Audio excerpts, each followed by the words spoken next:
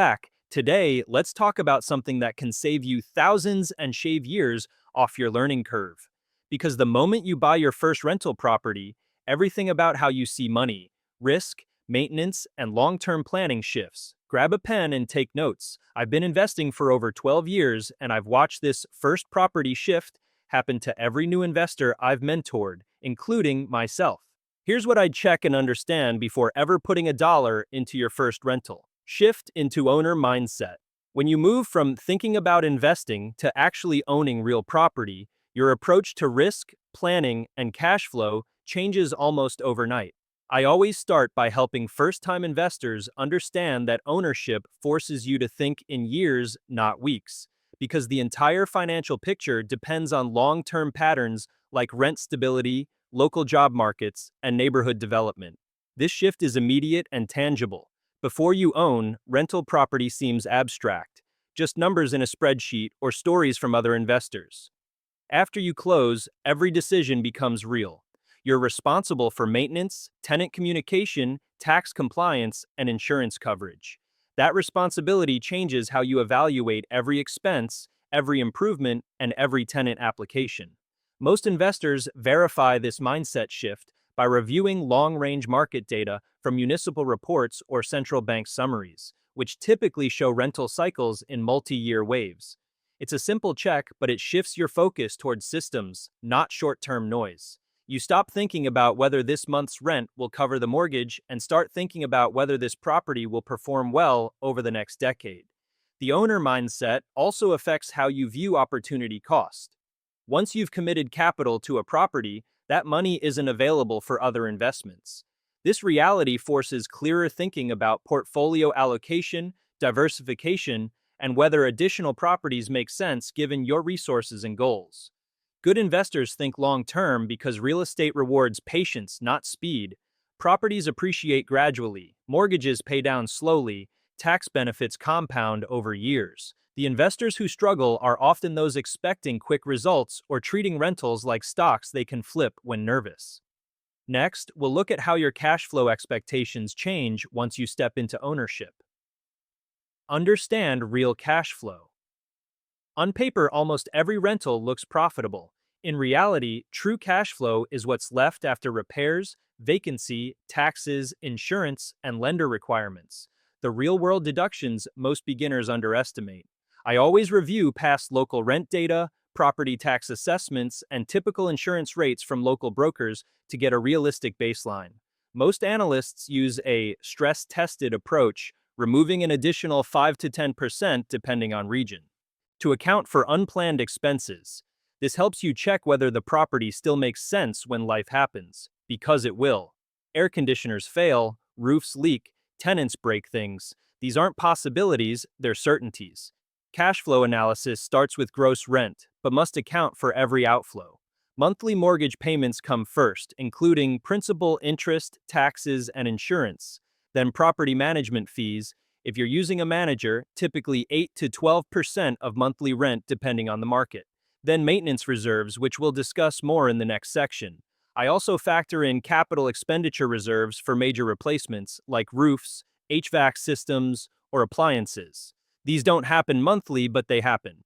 Setting aside funds monthly prevents scrambling when a water heater dies or the furnace needs replacement. Most experienced investors budget 1 to 2% of property value annually for capital expenditures. When you slow down and verify each number, the investment becomes clear instead of optimistic. I've reviewed countless pro formas from new investors that showed strong cash flow but forgot to include vacancy, underestimated maintenance, or used optimistic rent figures not supported by comparable properties. These oversights don't just affect projections, they affect whether the investment succeeds. Real cash flow is what remains after accounting for everything. That number determines whether you're building wealth or subsidizing a property that looks good on paper but drains resources in practice. Next, let's talk about the part most people overlook: maintenance. Expect maintenance reality. Every property will require repairs, that's guaranteed. What isn't guaranteed is whether you plan for them. I typically set aside around 5 to 8% of monthly rental income for maintenance, depending on the age and condition of the property. Older buildings or homes in humid climates usually need more. Maintenance falls into two categories: routine and unexpected. Routine maintenance includes things like HVAC filter changes, gutter cleaning, lawn care, and minor repairs. These are predictable and manageable. Unexpected maintenance is the plumbing leak at midnight, the broken garage door, or the appliance that stops working during a holiday weekend. Professionals verify expected maintenance costs by reviewing inspection reports, checking comparable repair invoices, and speaking with local contractors. These small checks prevent frustration later, when the first plumbing issue or appliance failure hits. Understanding local labor rates and typical repair costs helps you budget accurately. I also maintain relationships with reliable contractors before emergencies occur. Having a plumber you trust, an electrician who responds quickly, and a handyman who charges fair rates makes maintenance manageable instead of stressful. These relationships take time to build, so starting early gives you options when problems arise. The age and condition of major systems matter significantly. A property with a 20-year-old roof, 15-year-old HVAC, and original appliances will need substantial capital expenditures soon. Factoring these replacement costs into your purchase decision prevents buying a property that immediately becomes a money pit. When you plan for repairs up front, maintenance becomes a routine cost, not a crisis. New investors who skip this step often experience their first major repair as a shocking financial hit. Investors who planned see it as an expected expense they're ready to handle. Next, let's look at the human side of rentals. Tenants. Learn tenant psychology. A lease outlines rules, but real people don't always act like documents assume they will. I always encourage first-time landlords to learn the basics of tenant behavior, communication patterns, payment habits, and how life events affect reliability. Tenants are people with lives that change. They lose jobs, get divorced, have medical emergencies, or simply change their minds about where they want to live. Understanding this human reality helps you respond appropriately when situations arise. Some issues require firm enforcement, others benefit from flexibility and communication. Most experienced investors verify tenant risk by reviewing local eviction statistics, rental payment trend reports, and average turnover rates. These numbers, often published in housing authority summaries, offer a clearer sense of tenant stability in your area. High eviction rates might indicate economic instability or aggressive landlord practices. Low turnover suggests satisfied tenants and stable neighborhoods. Screening tenants thoroughly reduces problems before they start. I always verify income, check references, review credit reports, and confirm employment. These steps aren't foolproof, but they dramatically reduce the likelihood of payment problems or property damage.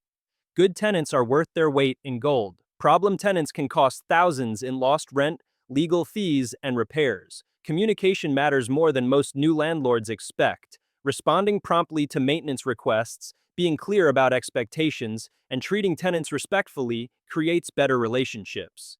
Good relationships lead to longer tenancies, better property care, and fewer conflicts. Understanding how people really behave reduces stress and makes your decisions more predictable.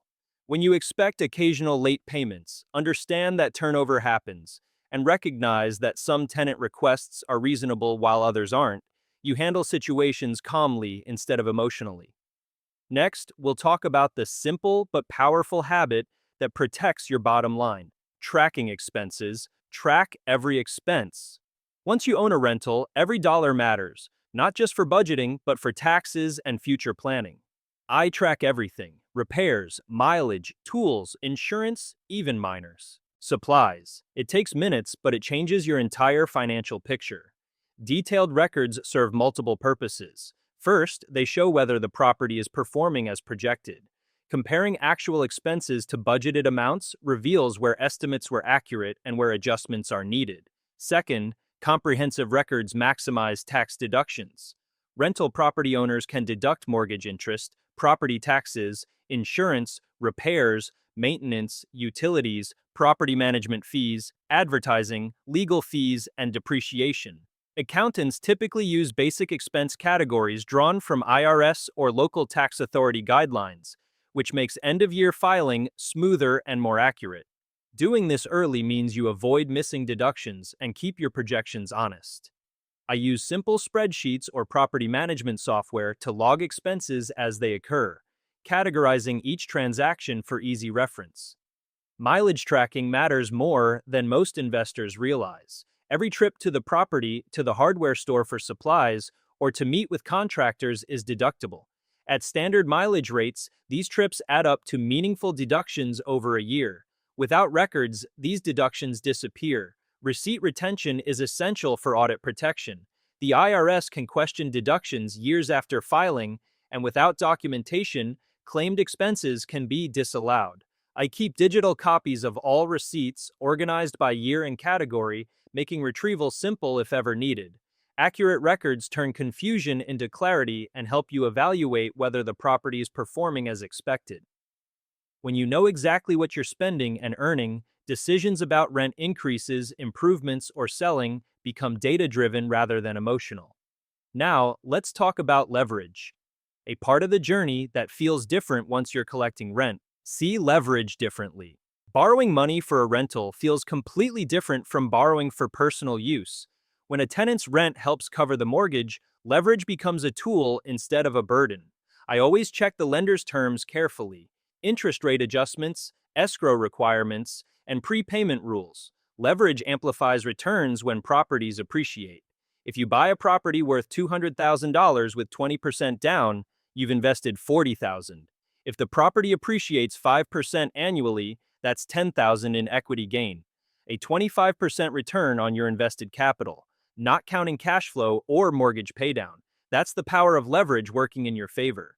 Investors typically compare offers using lender disclosures and amortization schedules, which show how much interest you'll actually pay over time. Depending on the rate and loan structure, total costs can vary significantly. A seemingly small difference in interest rates compounds over 30 years into tens of thousands of dollars. I also evaluate loan terms beyond just interest rates. Fixed-rate mortgages provide payment stability, which matters when you're budgeting long-term cash flow. Adjustable-rate mortgages might offer lower initial rates but carry risk if rates rise. Understanding these trade-offs helps you choose financing aligned with your strategy and risk tolerance. Mortgage paydown represents forced savings. Each payment reduces principal, building equity you can access later through refinancing or selling. Over a 30-year mortgage, the tenant essentially buys the property for you while you maintain ownership and capture appreciation. Understanding leverage from an owner's perspective makes you more confident and more selective. You stop seeing debt as scary and start seeing it as a strategic tool that, used wisely, accelerates wealth building faster than all cash purchases could. Next, we'll look at the one variable that can disrupt even a solid deal: vacancy. Prepare for vacancies. Vacancy isn't a possibility, it's a certainty. The key is planning for it. I usually set aside at least 1 month of rent per year to cover vacancies, depending on the area's turnover rate. Properties near colleges, for example, may have higher annual turnover. Vacancy costs extend beyond lost rent. When a tenant moves out, you'll typically need to clean, repair, and possibly repaint before the next tenant moves in. Marketing the property, showing it to prospects, and screening applicants takes time and sometimes money. These transition costs compound the income loss during vacant periods.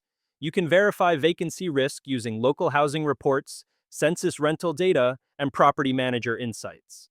When you know the average vacancy rate, often between 4 to 10%, depending on the region, you can prepare without stress. Markets with strong job growth and limited housing supply tend to have lower vacancy rates. Markets with declining population or oversupply face higher vacancy. Seasonal patterns affect vacancy in some markets. College towns see predictable turnover when leases align with academic calendars. Vacation markets might have seasonal demand that creates off-season vacancies. Understanding local patterns helps you plan cash flow around predictable cycles. Minimizing vacancy requires proactive management. Maintaining properties well encourages tenants to stay longer. Responding quickly to maintenance issues prevents small problems from becoming tenant frustrations that motivate moves. Competitive pricing relative to comparable properties reduces time between tenants. When you respect vacancy as a normal part of the game, your investment stays stable. New investors who assume continuous occupancy often face cash flow stress during the inevitable vacant periods. Experienced investors budget for vacancy and treat occupied months as opportunities to build reserves for vacant ones. Next, we'll move into the regulatory side of renting. Study local regulations. Rental laws affect everything: allowable fees, notice, periods, renovation rules, and even how much you can raise rent. Before buying, I always read the local landlord-tenant code or at least review summaries provided by housing authorities. Regulations vary dramatically by location. Some jurisdictions have strict rent control, limiting annual increases. Others allow market rate adjustments. Some require specific lease language or limit security deposit amounts. Some mandate lead paint disclosures or carbon monoxide detectors. Understanding what's required prevents violations that can result in penalties or lost income. Analysts typically cross-check rental regulations with municipal websites and state housing departments, which outline the exact rules for leases, deposits, and inspections. The point is simple: what you can and can't do changes your long-term returns. Rent control, for example, directly limits income growth and must factor into purchase decisions. Eviction procedures follow strict legal processes that vary by jurisdiction. Some areas require lengthy notice periods and multiple hearings before removing non-paying tenants. These timelines affect how much rent you'll lose before regaining possession. Understanding local eviction procedures helps you evaluate the true risk of problem tenants. Fair housing laws prohibit discrimination based on protected characteristics.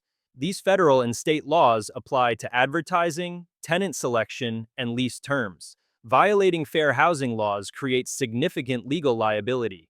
Understanding these requirements protects you from costly mistakes. When you understand the rules early, you prevent unexpected limits on your income or operations. Regulatory compliance isn't optional, and ignorance provides no protection. Taking time to learn local laws before buying ensures your investment strategy aligns with legal reality. Next, let's talk about assembling the support system that keeps everything running smoothly. Build a real support team. A good contractor or property manager is sometimes worth more than a favorable mortgage rate. I always build relationships with plumbers, electricians, inspectors, and maintenance professionals long before they're needed. Property managers handle day-to-day operations, tenant screening, rent collection, maintenance coordination, and lease enforcement. They typically charge 8 to 12% of monthly rent, but they save time and reduce stress. For investors who don't want hands-on involvement or who own properties far from where they live, good property managers are essential.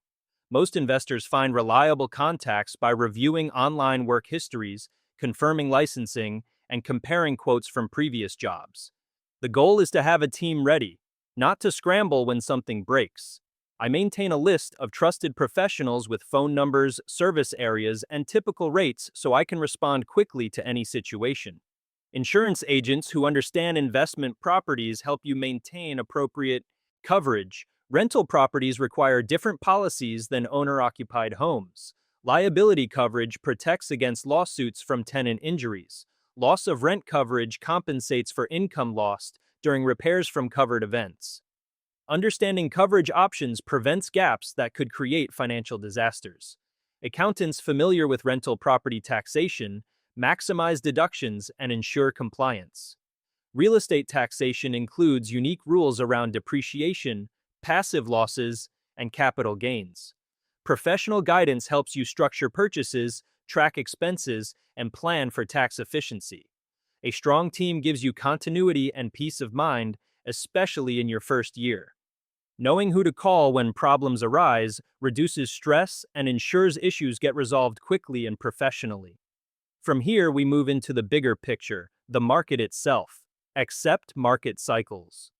Rental markets move in cycles. Sometimes rents rise, sometimes they flatten, and occasionally they dip. I always review 5 to 10 years of local rental history to understand where the market sits today. According to housing and central bank reports, most rent cycles follow broader economic trends like employment growth and inflation. Looking at multi-year patterns helps you avoid overpaying during a peak or panicking during a dip. Strong job markets support rent growth as people move to the area for employment. Economic downturns can soften rents as unemployment rises or population declines. Supply and demand fundamentals drive rental markets. When new apartment construction outpaces population growth, vacancy rises and rents soften. When housing supply is constrained but population grows, competition for available units pushes rents higher. Tracking building permits and population trends reveals supply-demand dynamics. Interest rate cycles affect property values and investment activity. Low rates make financing cheaper, increasing buyer demand and property prices. Rising rates cool markets by making financing more expensive. Understanding where we are in the interest rate cycle helps you time purchases and refinances. When you see property as part of a long cycle, temporary shifts stop feeling dramatic. They become data. Markets that experience rapid rent growth eventually moderate. Markets that stagnate eventually recover. Patient investors recognize these patterns and make decisions based on long-term fundamentals rather than short-term fluctuations. Accepting cycles doesn't mean ignoring current conditions. It means understanding that today's conditions won't persist forever and planning accordingly. Strong markets don't justify overpaying. Weak markets don't necessarily indicate bad timing if fundamentals remain sound. Next, we'll shift into the mindset that separates casual landlords from long-term investors. Think in decades, not weeks. Your first rental won't make you rich in a month, but over a decade, the mortgage shrinks, equity grows, and rents rise. Gradually, even if some years are flat. I always reframe the investment as a 10 to 15-year plan, not a quick win. Most financial planners track performance using long-term projection tools that model rent growth around 2 to 4% annually, depending on region and gradual loan payoff. These aren't predictions, just practical guides that keep expectations realistic. Compound growth works slowly but powerfully. Small annual increases in rent and equity compound into substantial wealth over time. Mortgage amortization accelerates in later years as more of each payment goes to principal rather than interest. In the early years of a 30-year mortgage, most of your payment services interest. By year 20, the majority reduces principal. This shift accelerates equity building as the loan matures. Tax benefits compound over time.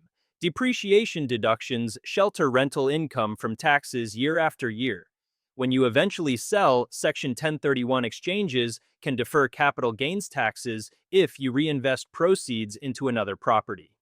These strategies work best for investors committed to long-term ownership. When you think in decades, short-term bumps stop mattering. A difficult tenant one year becomes a footnote when you're evaluating 15 years of performance. A maintenance expense that felt significant in year 2 barely registers when calculating total returns over 10 years. The investors I've watched build substantial wealth through real estate share this common trait. They start, they persist, and they think long-term. They don't panic during down years or overreact during strong years. They execute their strategy consistently and let time work in their favor. Now let's wrap it up by looking at your next step after buying that first property. Plan your next move. Your first rental isn't the end, it's the starting point. Once you understand cash flow, vacancy, maintenance, and tenant behavior, you can assess whether scaling makes sense. I always map out a simple timeline: when to refinance, when to save for the next down payment, and when to adjust the portfolio. Investors typically compare multiple properties side by side using cash-on-cash return, projected repairs, and local vacancy rates to decide whether a second purchase is justified. This keeps growth steady instead of rushed. The experience you gain from your first property informs better decisions on subsequent purchases. Scaling requires systems. One property can be managed informally with basic tracking and personal attention. 5 properties require organized processes, reliable contractors, and possibly professional management. Understanding when to build systems prevents chaos as your portfolio grows. Capital accumulation strategies vary. Some investors use rental income to save for additional down payments. Others refinance appreciated properties to extract equity for reinvestment. Still others focus on paying down existing mortgages before acquiring more properties. Your strategy should align with your goals, risk tolerance, and timeline. Portfolio diversification across markets or property types reduces concentration risk. Owning multiple properties in one neighborhood exposes you to localized risks, economic downturns, natural disasters, or market saturation. Diversifying geographically or across property types spreads risk and can smooth returns. Good investors build systems, not spur-of-the-moment decisions. They evaluate opportunities methodically, comparing each potential purchase against clear criteria. They understand their capacity for additional complexity and don't expand faster than their systems can support. In the next part of the series, we'll look at how to compare two rental opportunities side by side before choosing the stronger deal. Reflective closure. Everything changes after your first rental property. The abstract concepts become concrete. The spreadsheets become real expenses and real income. The strategies you've read about become decisions you actually make. This shift transforms how you think about money, risk, and building wealth. The 12 principles we've covered aren't just concepts, they're the framework every successful landlord uses, whether consciously or not. Understanding owner mindset, respecting cash flow reality, planning for maintenance, learning tenant psychology, tracking expenses, leveraging wisely, preparing for vacancy, studying regulations, building support teams, accepting market cycles, thinking long-term, and planning your next move. These aren't separate ideas. They're interconnected pieces of a complete system. When I look back at my first rental property now, I see all the mistakes I made and all the lessons I learned. I see the maintenance issues I didn't anticipate, the tenant situations I handled poorly, and the expenses I underestimated. But I also see how that property taught me everything I needed to know to succeed with the next one and the ones after that. Your first rental property won't be perfect. It will challenge you, teach you, and occasionally frustrate you. But if you approach it with the right mindset, prepared, patient, and committed to learning, it becomes the foundation for everything that follows. The strongest portfolios aren't built in excitement. They're built in confirmation, in the discipline of checking twice, in the wisdom of letting time be the multiplier.